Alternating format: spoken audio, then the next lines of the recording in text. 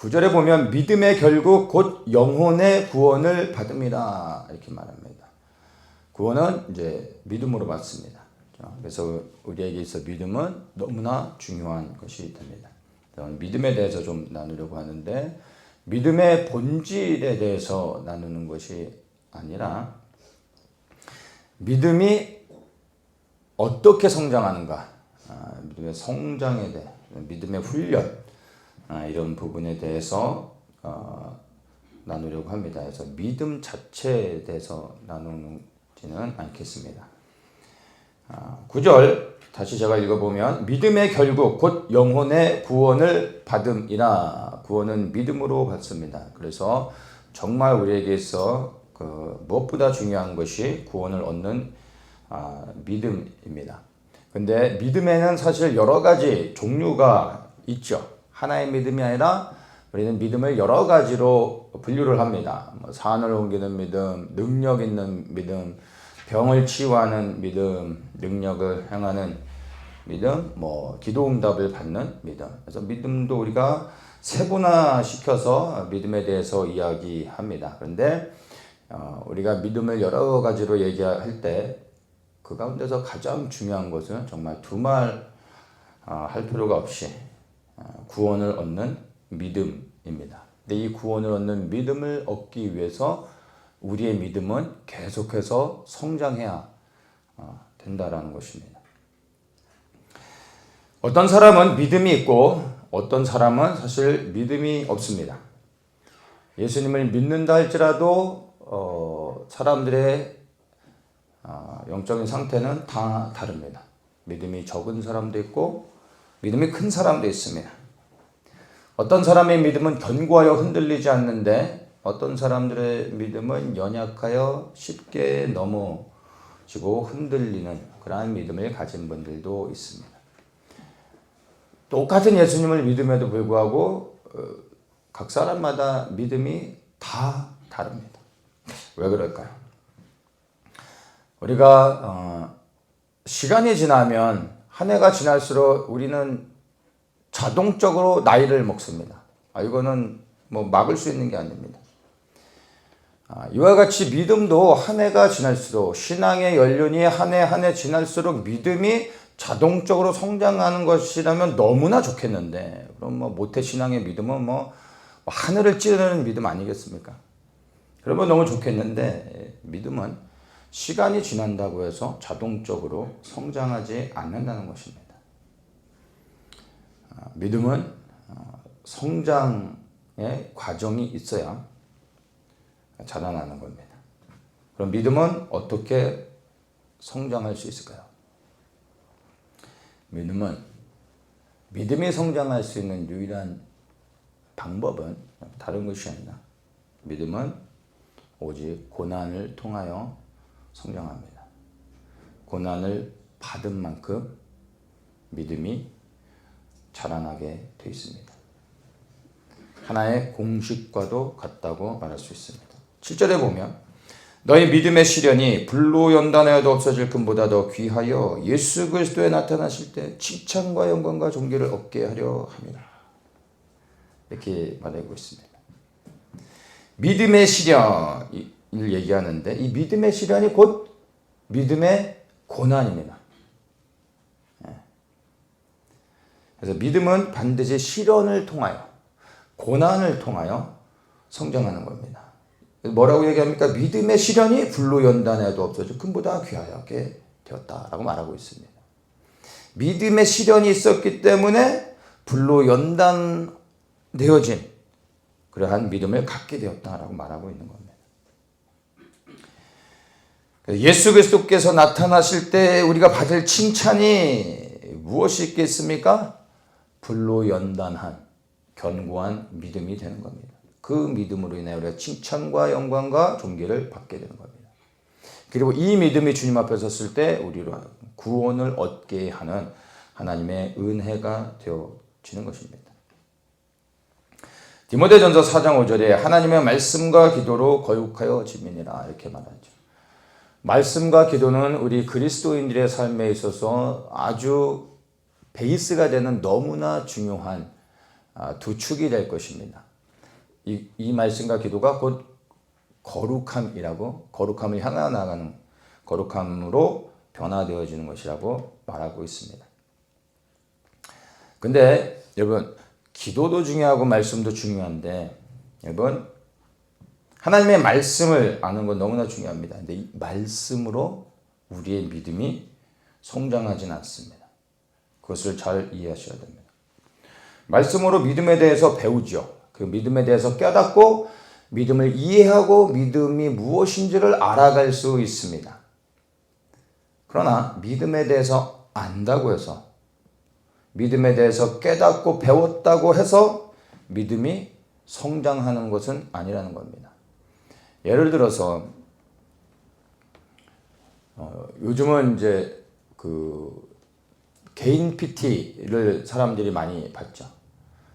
헬스 클럽에 가서 전문 트레이너한테 개인 PT를 받으면서 몸을 키웁니다. 특히 남자들 같으면 근육을 많이 키우죠. 유튜브 동영상을 보면 전문 트레이너들이 운동을 어떻게 해야 되는지 모든 그 부위에 대해서 굉장히 자세하게 전문가들이 영상으로 설명해 줍니다. 수천 가지 영상, 수만 가지 엄청납니다. 그래서 스쿼트는 어떻게 해야 되는지, 데드리프트는 어떻게 해야 되고, 어떻게 해야 안 다치는지, 뭐 벤치프레스는 어떻게 해야 되는지, 디테일하게 모든 것에 대해서 전문 트레이너들이 다 얘기해 줍니다. 그리고 수많은 영상을 보고 연구하고 또 전문 트레이너한테 이야기를 듣고 해서 모든 운동에 대해서 어떤 부위를 어떻게 운동해야 되고 하는 것들을 자세하게 알 수 있습니다. 그렇죠? 그래서 그 모든 것들을 다 통달해 버렸습니다. 이론적으로. 그랬더니 그 사람의 몸이 막 가슴이 커지고 막 이 알통이 생기고 허벅지가 두꺼워지고 됩니까? 전혀 아니라는 겁니다. 어떻게 해야 되죠? 그 아는 것을 무거운 걸 들어서 땀을 흘리며 계속해서 반복해야 근육이 자라는 것입니다. 믿음은 이와 같이 성장할 수 있는 겁니다. 믿음은 지식의 영역이 아닙니다. 말씀으로 믿음을 깨달을 수는 있겠지만 깨달은 것이 곧 나의 믿음이라고 생각해서는 안 됩니다. 믿음은 이해하는 것이 아니라 믿음은 경험되어지는 겁니다. 경험을 통하여 나의 것이 되어지는 겁니다. 오직 경험을 통하여 얻은 것만이 나의 믿음이 됩니다. 그것이 나의 것이 되는 겁니다.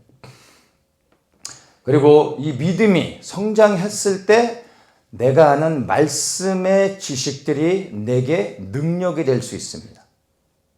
말씀 자체가 능력이 아니라 내가 믿음 위에 견고하게 섰을 때 내가 아는 말씀의 그 지식들이 역사하는 능력으로 나타날 수 있는 것입니다. 믿음과 말씀은 다릅니다. 기도도 마찬가지입니다. 기도를 강요하는 것, 강조하는 것 너무나 중요하죠. 두말할 필요가 없겠죠. 근데 여러분, 기도를 많이 한다고 해서 믿음이 있는 것이 아닙니다. 그리고 기도를 많이 한다고 믿음이 또한 성장하는 것도 아닙니다. 여러분, 생각보다 믿음 없이 기도하는 사람들이 얼마나 많은지 아십니까? 어떻게 믿음이 없는데 기도를 하냐고 질문할 수도 있습니다. 그게 종교인들입니다. 믿음이 없기 때문에 기도하는 사람들이 있습니다.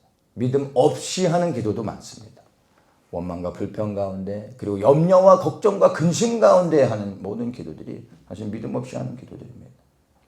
잘못된 믿음으로 기도하는 사람들도 많습니다. 그래서 기도와 믿음을 같은 것으로 봐서는 안 됩니다. 다른 영역입니다. 오직 살아있는 참된 믿음으로 기도할 때 그 기도를 통하여 하나님의 역사가 나타나는 것입니다.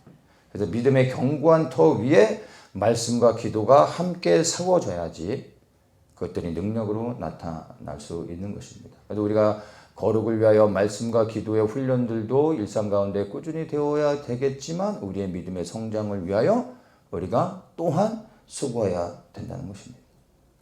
거룩함을 위해 말씀과 기도의 훈련도 필요합니다. 그러나 믿음의 견고한 반석이 없다면 그 말씀과 기도로 우리가 지탱할 수 없다는 겁니다. 왜냐하면 우리의 반석은 믿음인데 그 믿음의 근원이 무엇입니까? 예수 그리스도겠죠. 그래서 그 믿음의 반석 위에 말씀과 기도를 통하여 우리를 세워나가는 겁니다. 믿음이 견고하게 세워지는 것이 그 무엇보다도 가장 중요한 것이 되어질 겁니다. 그래서 믿음은 반드시 성장해야 됩니다. 믿음의 성장은 너무나 중요한 것입니다. 이것은 우리의 구원과도 연결되어지는 것입니다. 그런데 믿음을 어떻게 성장시킬 수 있다고 말합니까? 시련을 통하여 믿음이 성장한다라고 말합니다. 시련과 고난인 것입니다. 믿음을 성장시킬 수 있는 유일한 방법은 여러분 고난입니다. 그런데 우리가 알아야 될 것이요, 고난 자체가 믿음의 성장을 보장하는 것은 결코 아닙니다. 고난 받는다고 해서 믿음이 자라는 것은 아닙니다. 고난을 받아야 되지만 고난 자체가 믿음의 성장을 보장하지 않는다는 것을 알아야 됩니다. 그래서 정확하게 말하면 믿음은 고난을 받을 때 성장하는 것이 아니라 고난을 통과했을 때 성장하는 겁니다. 많은 고난을 받았다고 해서 성장하는 게 아니라 그 고난을 통과할 때만큼, 통과한 만큼 그 믿음이 성장하게 되는 겁니다. 여러분 인생 가운데 얼마나 많은 우리가 크고 작은 인생의 고난들을 우리가 당했습니까? 각자의 삶 속에서 수많은 인생의 고난들을, 시련들을 우리가 다 개인적으로 경험해 보지 않았습니까? 여러분 돌아보십시오. 여러분에게 찾아왔던 인생의 여러 가지 시련과 고난들을 얼마나 많이 여러분 경험하셨습니까? 근데 그 고난 가운데서 여러분은 얼마나 그것을 끝까지 통과하셨습니까? 예수 그리스도를 의지하고 붙잡는 믿음으로 그 고난을 얼마나 통과하셨습니까? 통과한 만큼만 여러분의 믿음이 성장한 것입니다. 고난을 아무리 많이 받았다 할지라도 내가 내 인생 가운데 정말 하루 종일 썰을 풀어도 다 끝날 수 없는 만큼의 수많은 시련을 당했다 할지라도 여러분이 그것을 통과하지 못했었다면 여러분 그것으로 끝나지 않고요. 고난을 통과하지 못하면 우리 안에 남는 게 뭔지 아십니까? 원망과 불평, 미움, 증오, 낙심되는 것, 포기하는 것. 우리 안에 수많은 쓴뿌리들이 나오게 되는 겁니다. 그런데 고난을 통과하게 되면 그 믿음이 빛을 발하게 됩니다. 그리고 6절에서 이야기하죠. 너희가 이제 여러 가지 시험을 인하여 잠깐 근심하게 되지 않을 수 없었으나 근심하게 되지 않을 수 없었다. 이 무슨 말입니까? 고난을 받았다는 거죠. 고난을 받을 때 우리가 근심할 수밖에 없는 겁니다. 그러나 오히려 크게 기뻐하도다. 이 말이 무엇입니까? 고난을 통과했다라는 겁니다. 고난을 통과했더니 그 고난이 오히려 나에게 기쁨이 되었다는 겁니다. 그 고난이 힘들면 힘든 것이었을수록 내가 통과했을 때 그 기쁨은 이루 말할 수 없는 큰 감격이 되었다라는 것입니다. 그리고 7절에 칭찬과 영광과 존귀를 얻게 하였다라고도 말을 하고 있습니다. 고난을 통과했을 때 우리가 이와 같이 주님에게 칭찬도 받게 되고 우리가 통과한 그 믿음을 통하여 주님의 영광을 또한 받으시는 겁니다. 고난을 통과하여 얻은 믿음이 여러분 살아있는 믿음입니다. 고난을 많이 받은 믿음이 살아있는 믿음이 아니라 고난을 통과한 믿음. 고난을 통과하여 얻은 믿음이 여러분 능력 있는 역사하는 믿음입니다. 고난을 통과하여 얻은 믿음이 모든 상황과 환경을 초월하여 결국 우리로 하여금 주님의 뜻에 굴복하게 하는 겁니다. 고난을 통과하여 얻은 믿음으로 끝까지 승리하여 영혼의 구원을 얻게 되는 것입니다.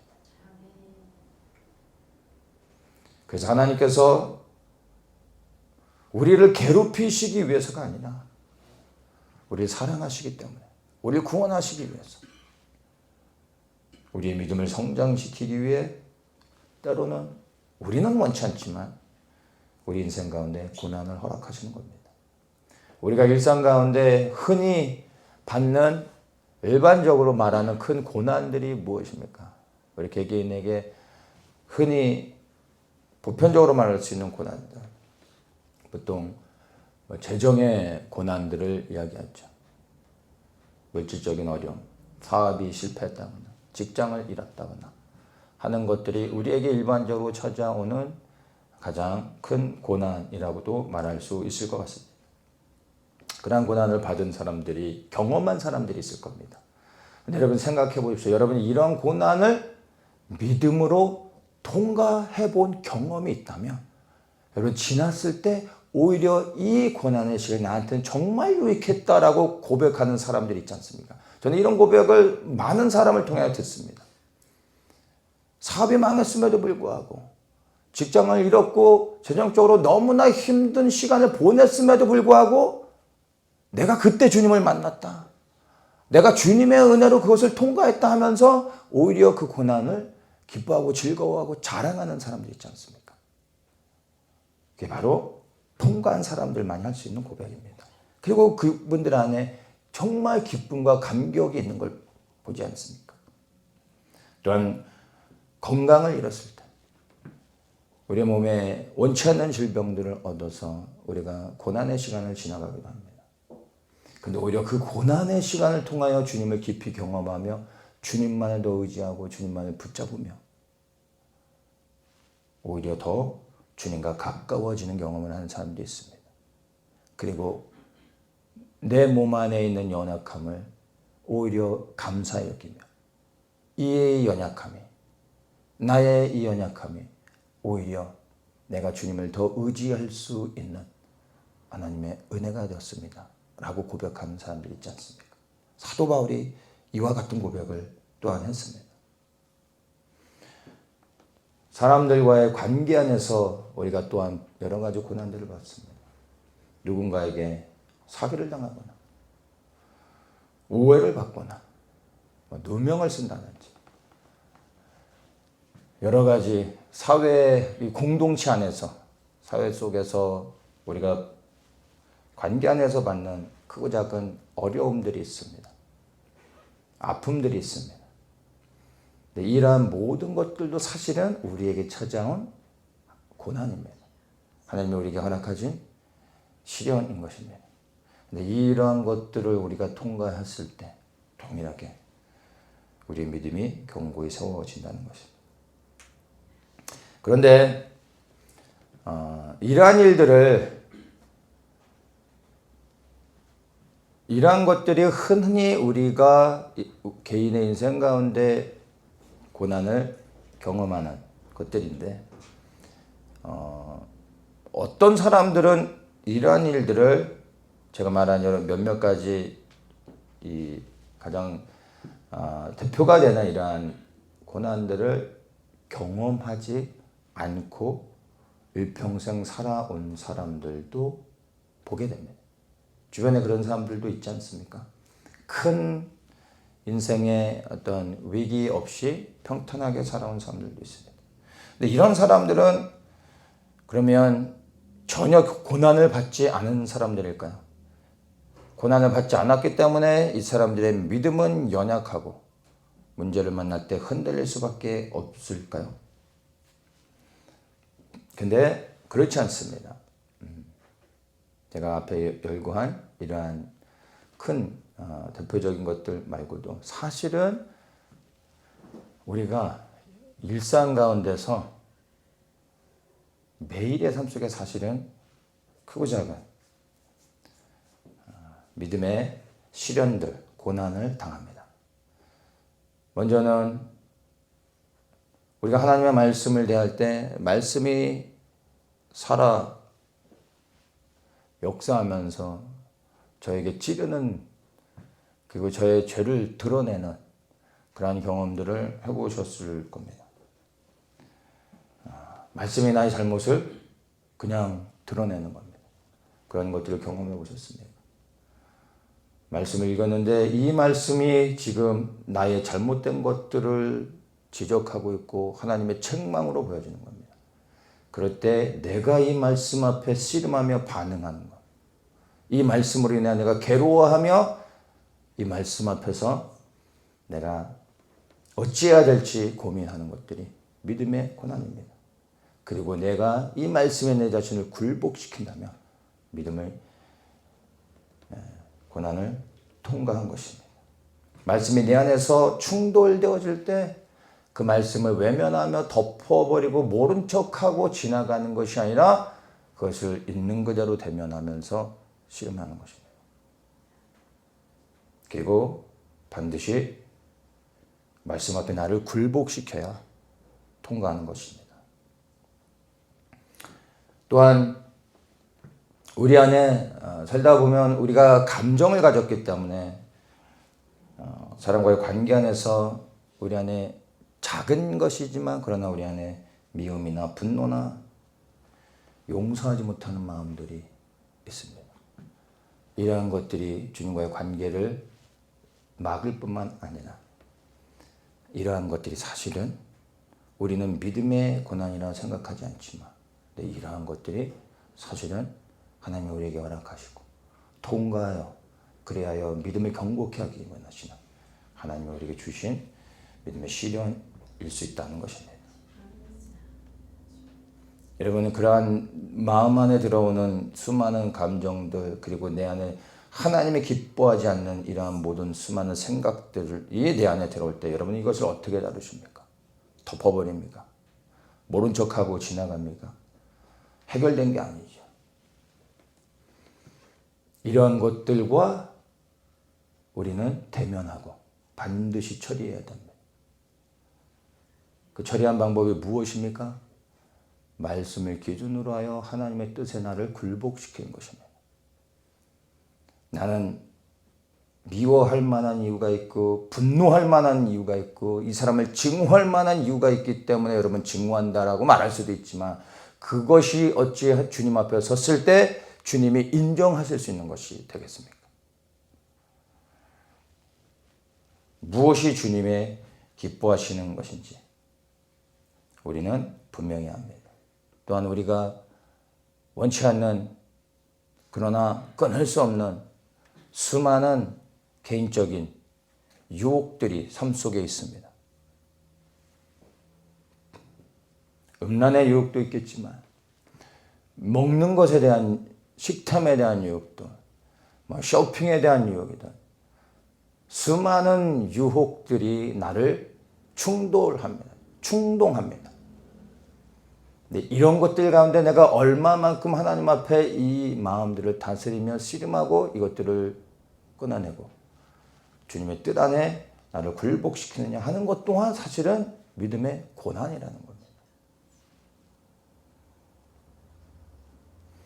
이러한 유혹을 많이 받았다고 해서 믿음이 성장하지 않죠. 그러나 여러분 이런 수많은 유혹들이 내 안에 있었는데 내가 그 유혹을 하나하나 하나님의 말씀을 의지하고 그리고 하나님의 뜻을 생각하며 내 자신을 굴복시키고 주의 은혜 안에서 이 유혹들을 하나하나 이길 때 여러분의 믿음이 성장하는 걸 경험하시게 될 겁니다. 그리고 또다시 똑같은 유혹들이 내 안에 들어올 때 더 이상 이것이 나를 흔드는 큰 유혹이 되지 않는다는 것을 경험하게 됩니다. 다 믿음의 고난을 통과했기 때문에 그런 것들을 이길 수 있게 되는 것입니다. 또한 내 안에 끊임없이 죄를 지으려고 하는 나를 대면하게 됩니다.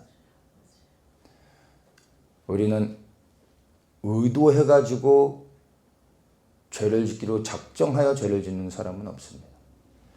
그냥 우리 안에서 죄가 자연스럽게 나옵니다. 왜냐하면 우리에게 죄의 본성이 있기 때문입니다. 우리는 내가 원해서 죄를 짓기도 합니다. 근데 원치 않음에도 불구하고 내가 연약하여 죄를 짓기도 합니다. 근데 이것이 사실은 우리의 삶의 현장 가운데 우리가 고난받는 것입니다. 세상의 사람들은 이러한 죄의 문제를 직면할 때 그냥 본성대로 행합니다. 그러나 우리는 이 죄의 본성을 우리의 삶의 현장에 마주칠 때 우리의 기준은 무엇입니까? 하나님의 뜻이어야 된다는 겁니다. 내 감정이 아니라, 내 생각이 아니라.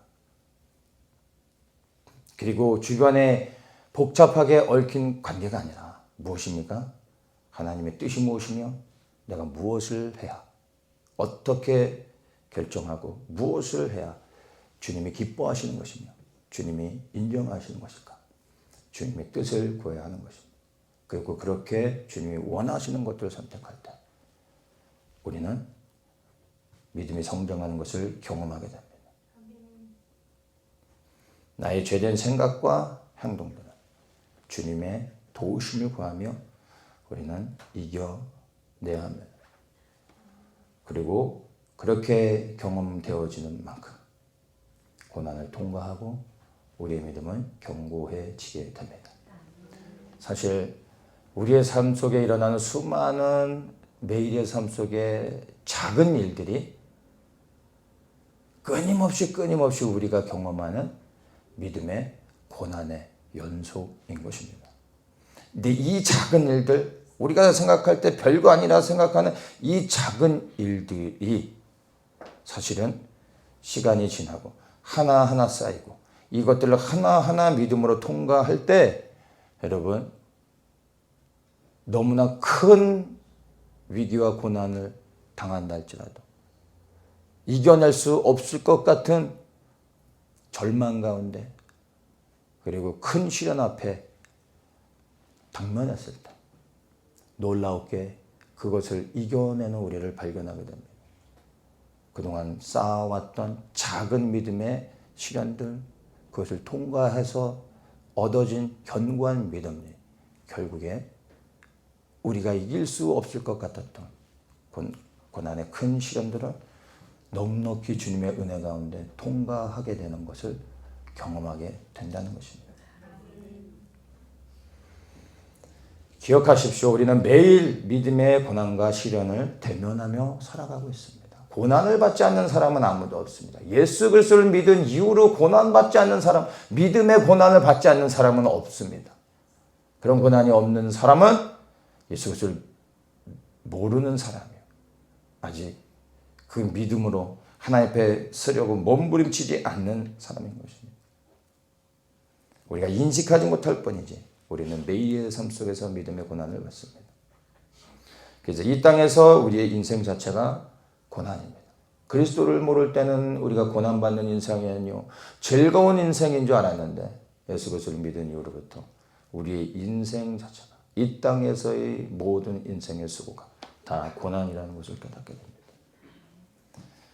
그런데 그 인생의 고난이 우리에게 고난으로 끝나지 않고 하나님께서 우리에게 허락하신 놀라운 축복임을 또한 발견하게 된다는 겁니다. 그것을 통과할 때. 고난을 통하여 우리의 믿음이 성장합니다. 오직 고난을 통과한 믿음만이 흔들리지 않는 견고한 믿음이 됩니다. 그리고 이 고난을 통과한 견고한 믿음이 결국 영혼의 구원을 받게 하는 것입니다. 우리 인생 가운데 대면하는 여러분 고난을 회피하지 마십시오. 대면하십시오. 그리고 내가 하는 것이 아니라 주의 은혜의 도우심을 구하며 주님을 힘입어 통과하십시오. 여러분의 믿음이 견고해질 뿐만 아니라 그 견고한 믿음으로 영혼의 구원 받게 될 것입니다. 기도하겠습니다. 좋으신 하나님, 우리 인생 가운데 믿음의 견고함을 위하여 우리가 마땅히 받아야 될 고난들을 기쁨으로 감당하게 하시고 이 고난의 시련들을 오직 그리스도를 의지하여 주의 은혜 가운데 넉넉히 통과하고 이 땅에서 요동하지 아니하는 견고한 믿음으로 주님 앞에 서는 그날까지 흔들리지 아니하도록 그 믿음의 반석으로 주님께서 우리 가운데 함께하여 주시옵소서. 예수 그리스도의 이름으로 기도합니다.